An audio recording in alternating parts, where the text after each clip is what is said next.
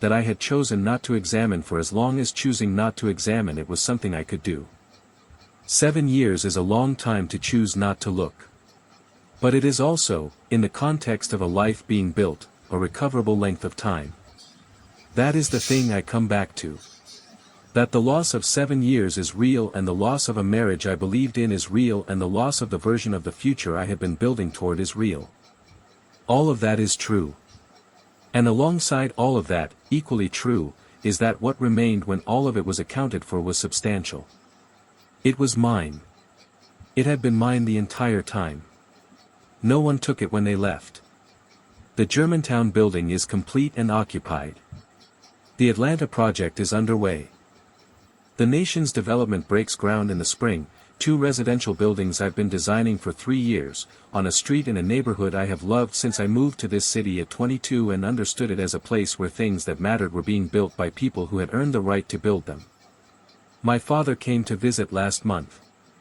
I drove him to Germantown on a Saturday morning, walked him through the lobby, took him up to the 6th floor where Clara and I had stood on inspection day and looked at the city through the unfinished window frames. The city looks different from up there. Smaller in the way that makes the problems of being a person on the ground feel manageable rather than enormous. He stood at the window for a long time without saying anything. "You built this," he said finally. "We built this," I said. 63 people.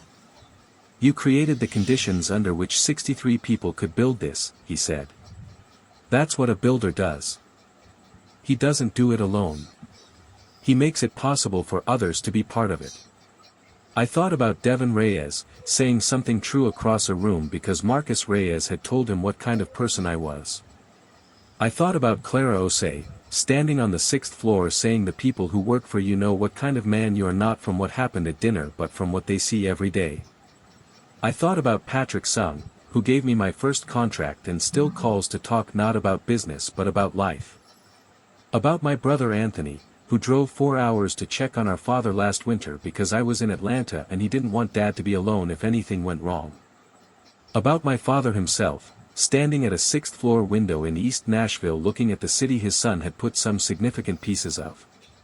These are the structures that hold. The ones built from honest material by people who mean what they do.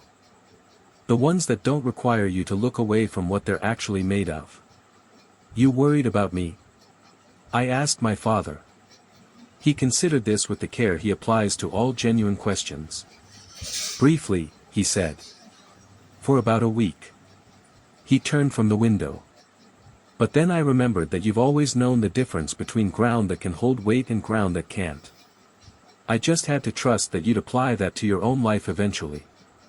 "Eventually," I said. "You're 41, he said. "That's not eventual. That's on time." We went and got breakfast at the diner on Gallatin Pike that he has been going to since before I was born. Coffee strong, eggs good, nobody measuring your last name or your starting point or whether the right families of Nashville would stand up for you at a dinner table. He ordered the same thing he always orders. I ordered the same thing I always order. The waitress refilled our coffee before we asked. We sat there for 2 hours in the specific comfortable silence of a father and son who have always understood each other better in the quiet than in the words. And I thought about what my father had said at the window. That I create conditions under which other people can build. And I thought about Devin Reyes saying a true thing in a room full of people saying otherwise.